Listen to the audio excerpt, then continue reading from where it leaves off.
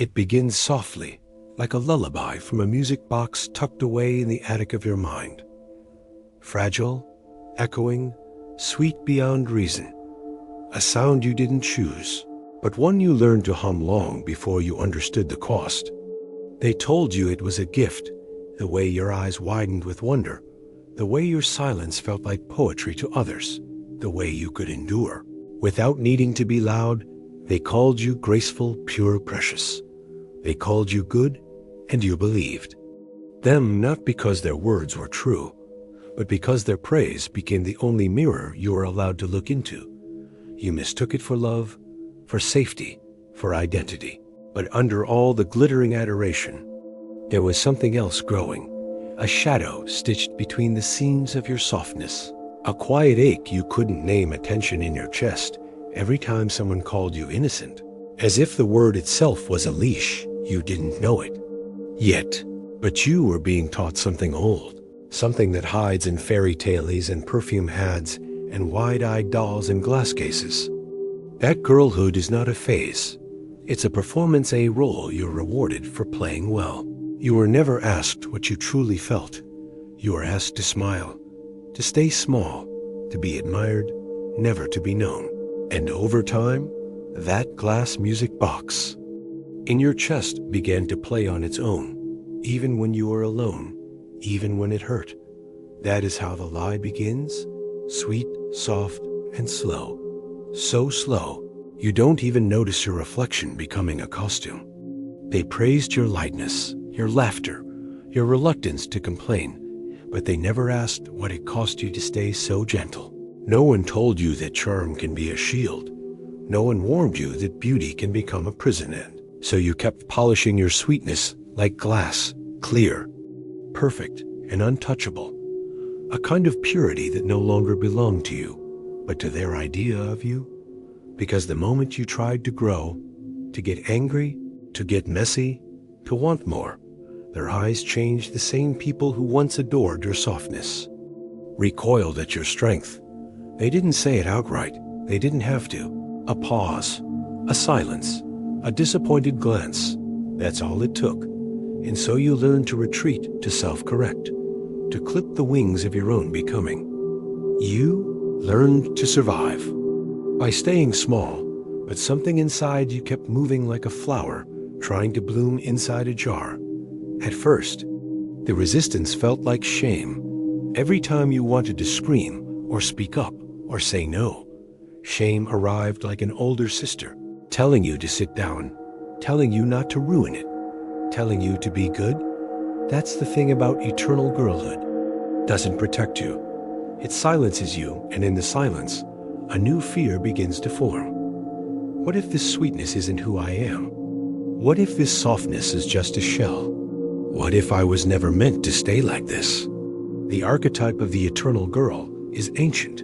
She is the muse, the child bride, the angel in the house. She is adored, but never chosen, placed on pedestals, but never allowed to stand on her own.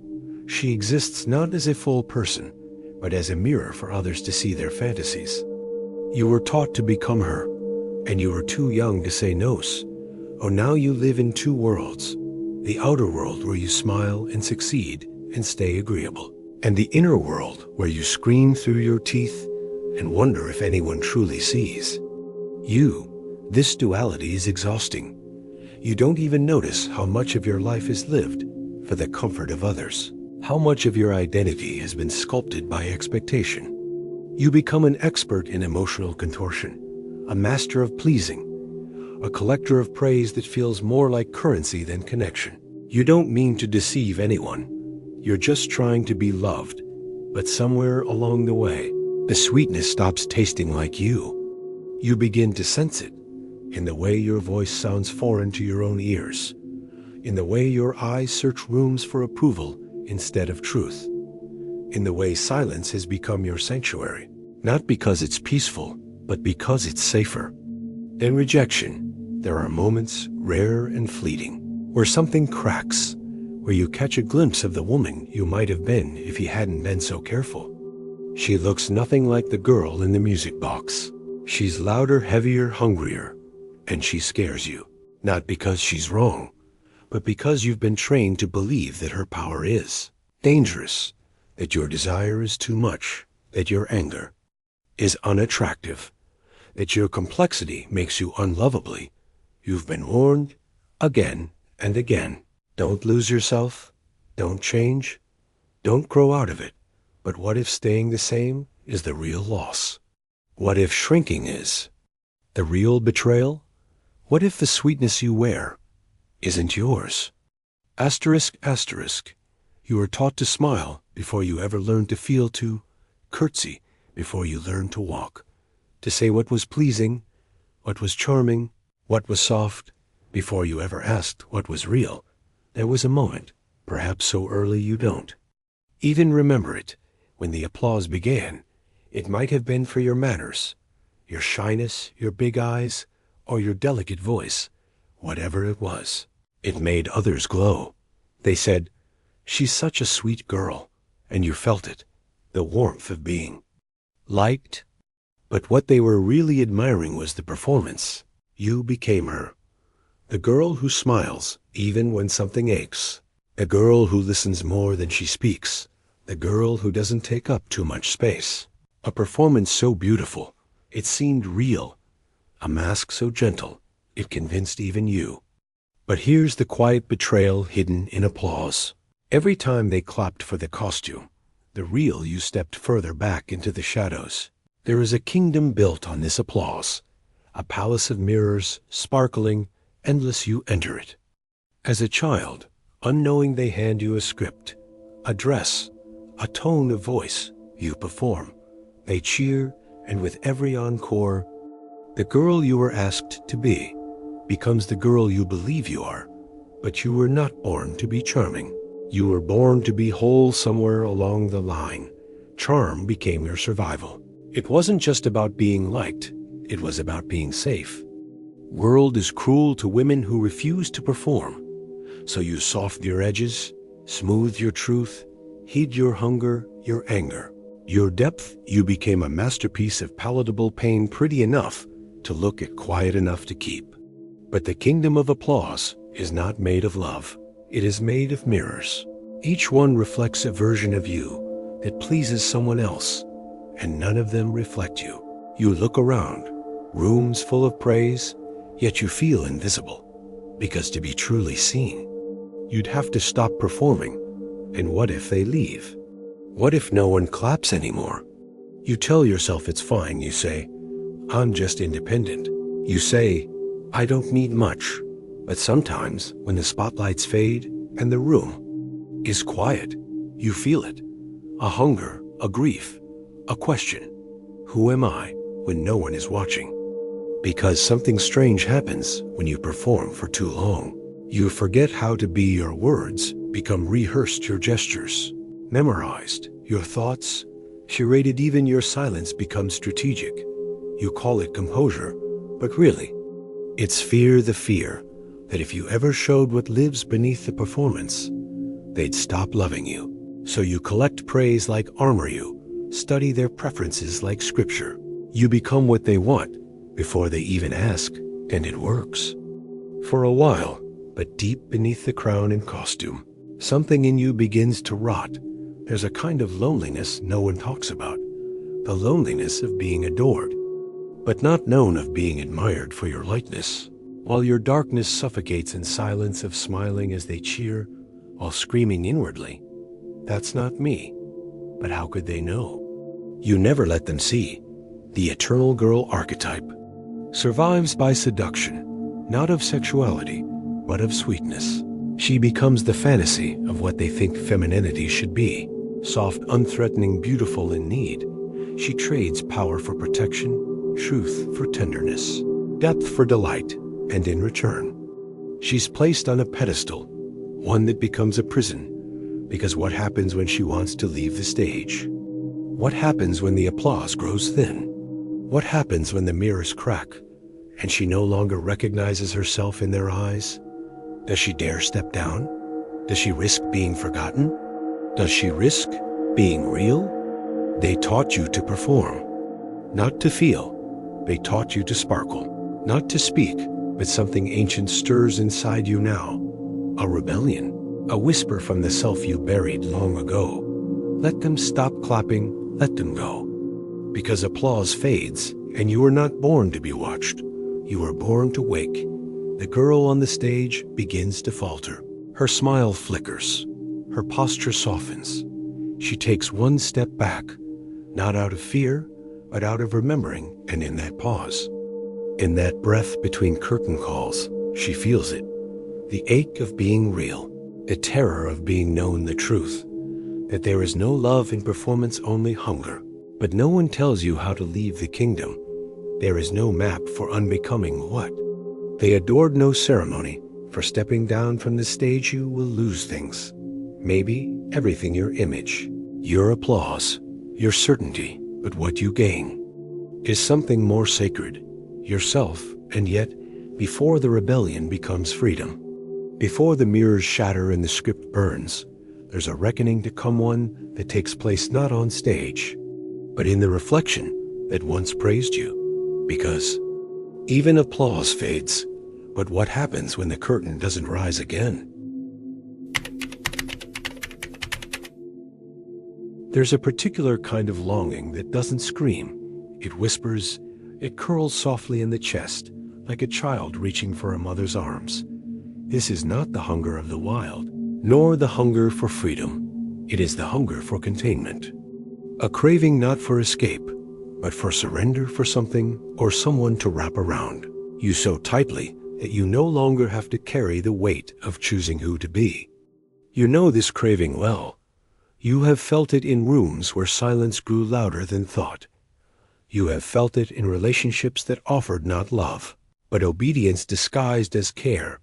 You have felt it in the way you romanticized being kept, being held, being protected, when what you truly longed for was to stop performing strength, to stop being your own keeper. This craving is not a flaw. It is not weakness. It is the psychological scar tissue of a girl who was never taught to feel safe in freedom. When the inner father collapses, as it did in segment 2, the psyche does not immediately grow up. Looks for a replacement. For many women who embody the Eternal Girl Archetype, the absence of protective masculine structure doesn't ignite rebellion. It ignites dependency. A search for new fathers, in partners, in institutions, in spiritual ideologies, anything that promises to give structure to their dissolving sense of self. But what often emerges instead is the myth of the benevolent cage, soft, velvet-lined, sweet-sounding, a life that appears safe, curated, and beautiful from the outside, but hollow and numbing on the inside. It looks like the relationship where you're adored, but subtly infantilized. The marriage that worships your beauty, but silences your depth. The spiritual path that promises light, but discourages shadow integration. These soft cages aren't always imposed. Often, they're chosen unconsciously, quietly, because being caged is sometimes less terrifying than being truly free. Dependency disguised as romance. There's a lie we tell little girls, that one day someone will come and rescue them. And even if we grow up into rational, modern women, the emotional residue of that myth doesn't always dissolve. It lingers, it festers, and it shows up in how we attach. You may have noticed this in yourself. A tendency to shrink in relationships. A tendency to feel safest when someone else is steering. A comfort in being adored, so long as you don't have to fully reveal who you are beneath the persona you become. The girl who is easy to love, but hard to see, and the more you're rewarded for this, with affection, with attention, with temporary security, the more seductive the soft cage becomes. But deep down, there's a hollowness, a quiet grief, because you begin to realize you're not being loved, you're being managed. Carl Jung spoke often about the fragmentation of the psyche, the splitting of cells when wholeness becomes too dangerous. One of the deepest splits inside the eternal girl is this: the belief that power and safety cannot coexist. In your earliest relationships, power may have felt like punishment. To assert yourself was to be rejected, To speak truth was to be called difficult. To want more was to be labeled ungrateful, so you learned to choose one. If you chose power, you were unsafe. If you chose safety, you had to surrender your power. And so the craving for soft cages was born, because even though they made you smaller, they made you feel, if only temporarily protected, the persona of the perfect girl to survive. In a soft cage, you had to perform. You became the perfect girl, agreeable, selfless, sweet, the one who doesn't ask for much, the one who doesn't get angry, the one who knows how to make herself palatable in every room she enters. This persona is not fake. It's an authentic part of you, but it's not the whole. A youth problem is, when you live too long inside that persona, you begin to believe it is you. You forget that you have rage, that you have desires too large for any cage, that you have instincts that don't fit in polite society. And worst of all, you begin to fear those parts of yourself because they threaten the system of dependency that keeps the soft cage intact. The slow suffocation of self at first. Soft cage feels like peace, but over time, the stillness turns to stagnation. The velvet turns to dust. The quiet turns to silence. You begin to feel numb, detached from your own body, irritated at the very people you once clung to, disconnected from. A purpose you can't even name. This isn't depression. It's disconnection from yourself, from your instincts, from the wild. Powerful woman buried beneath the performance. Because cages, no matter how soft, eventually make you forget how to move. In dreams and myths, the mirror often represents reflection, but also illusion. The eternal girl spends years staring into a mirror that doesn't reflect her back. Instead, it shows her who she's supposed to be. Pretty, pleasing, gentle. And every time she tries to break that mirror, she's told she's overreacting, that she should be grateful, that she's lucky to be adored. But adoration is not the same as love. Adoration is about how others see you. Love is about who you are. Even when you're not being seen, the gilded mirror, like the soft cage, is beautiful. But it is not real. And eventually, something inside you begins to scream, to step out of. The soft cage is terrifying. It means being misunderstood, losing relationships that thrive on your performance, facing the emptiness that dependency helped you avoid. But it also means reclaiming your voice, feeling your body again, choosing relationships built on truth, not roles. The craving for soft cages doesn't disappear overnight. It echoes in your bones. It flares when life gets uncertain. But the more you listen to the scream beneath the sweetness, the more you'll remember. You were not born to be kept. You were not born to be adored. You were born to be whole, complex, free. And freedom is never soft. It is sharp, it is sacred, and it is yours. She smiles, and the world exhales. There's something in her eyes, not wisdom, not defiance, not even confusion, just blank sweetness. She wears the kind of innocence that doesn't ask questions, that doesn't challenge the frame she was handed. She is agreeable, adorable, and behind her eyes, nothing is moving. This is not purity, this is performance. The eternal girl wears a mask. She doesn't know is a mask. It is stuck to her like skin. You may think you're seeing her, but what you're seeing is a learned innocence, a strategic helplessness carved through decades of silence. No one is born. False somewhere in her childhood, before she had language for betrayal. She learned that being good was safer than being real. She wasn't praised for insight. She was rewarded for compliance. She wasn't protected when hurt. She was asked to smile through it, and so she absorbed a lesson like poison hidden in sugar. That to survive, she had to appear soft, small, and happy. A girl doesn't become eternally innocent by accident. It is the residue of abandonment, of emotional misattunement. It is what happens when no one mirrors back your real emotions, only the ones that make adults feel good about themselves.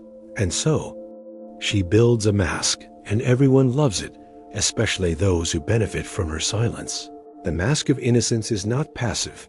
It's tactical. She learns how to cry just enough to evoke pity, but not anger.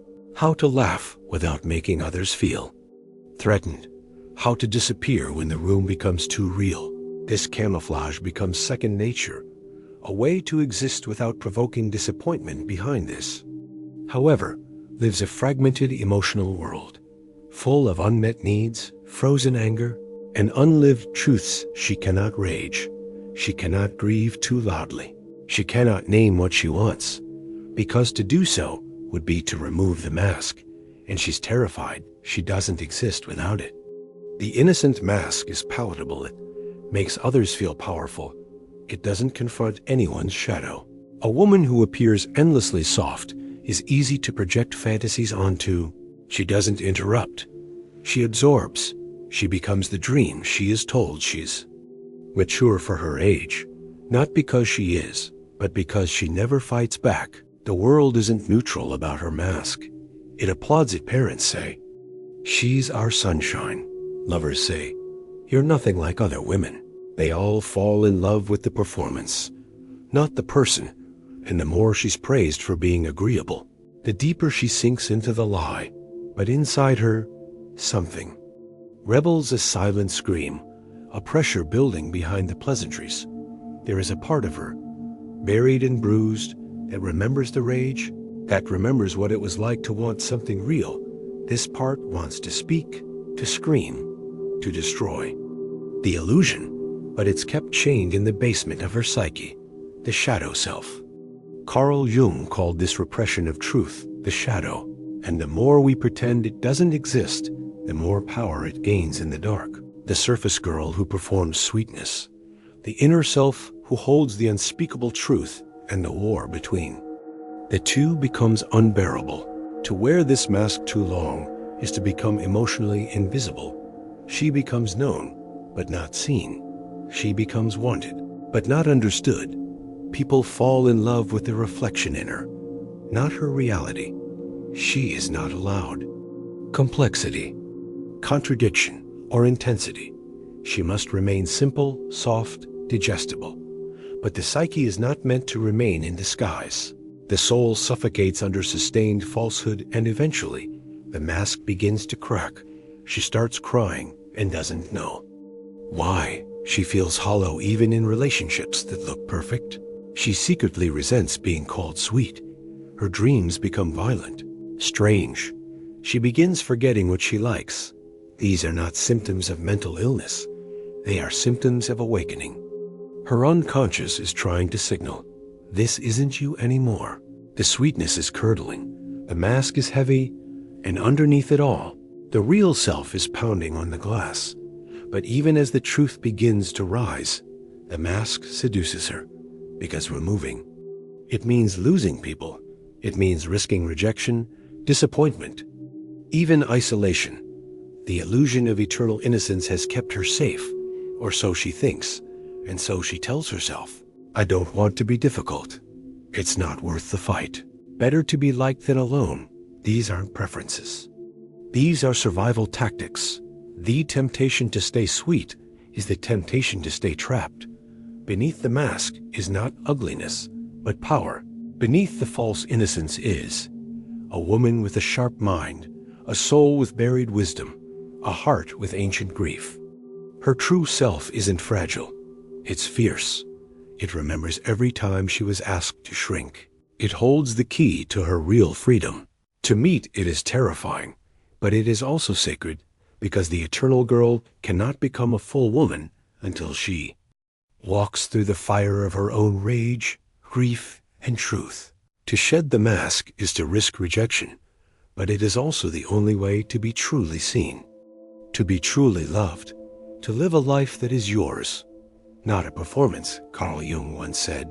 The privilege of a lifetime is to become who you truly are, not who they wanted you to be, not who you pretended to be to survive, but you, raw, complex, contradictory, alive. It begins small. You say no when you're expected to smile. You stop apologizing for your anger. You let someone see your grief. The mask doesn't shatter all at once.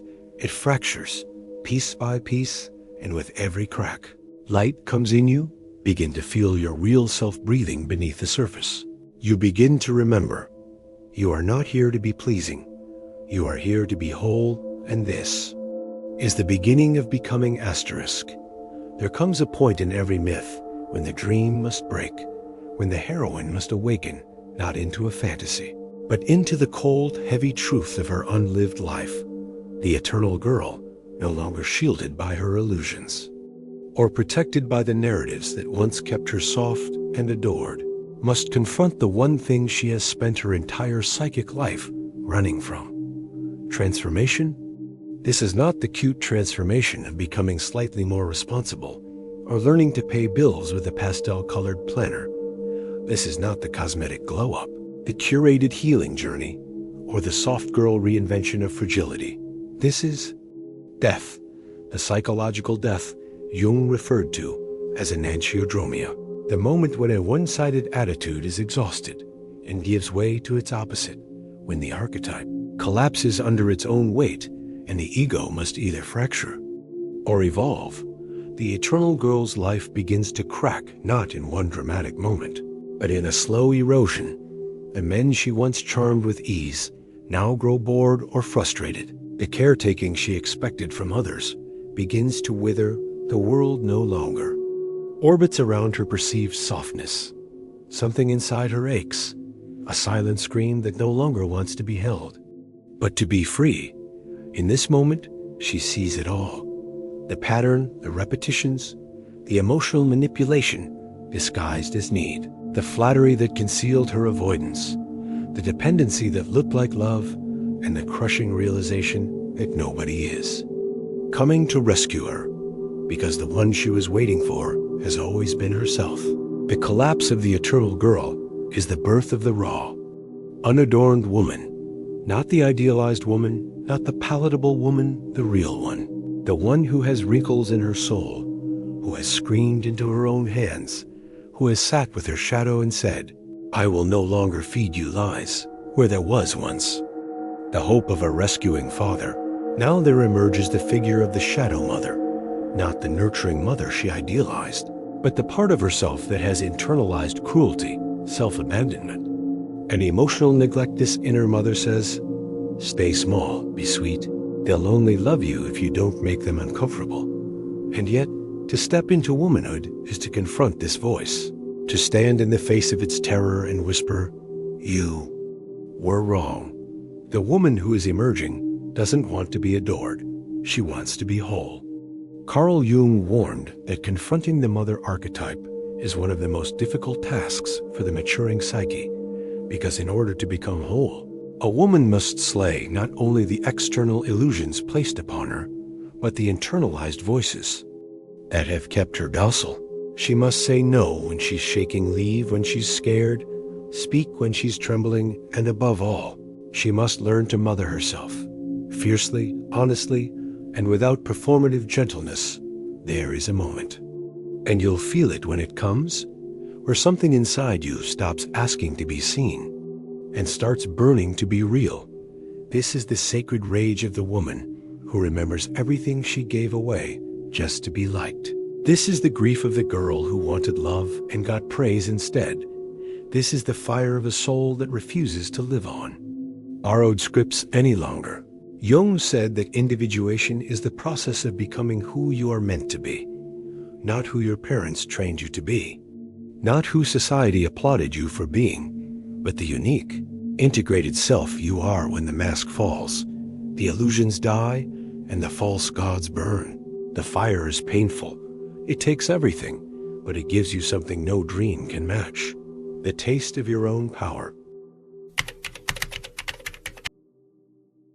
At the core of the eternal girl's journey lies the animus, the inner masculine energy that, when immature, manifests as projection, the desire to be rescued, the idolization of strong men, the disowning of willpower.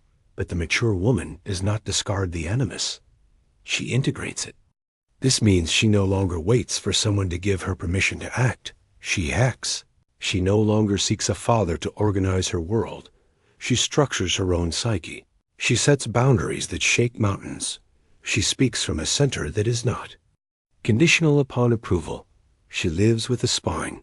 The eternal girl fades, not with violence, but with reverence. She was a strategy. She was a spell. But the woman? She is the sorceress. To be reborn is to grieve the eternal girl was not evil. She was necessary. She helped you survive. She protected you when you had no language for your pain. She softened the blow of a world too cold for your soul, but she cannot take you further. You must bury her with compassion. Thank her, cry for her, forgive her, but do not resurrect her. Every time you feel the urge to regress, to perform, to soften, to stay silent, remember that she no longer lives here. You do.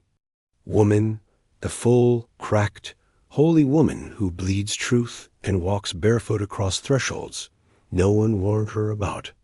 You are not just your softness. You are your fire. You are your knowing.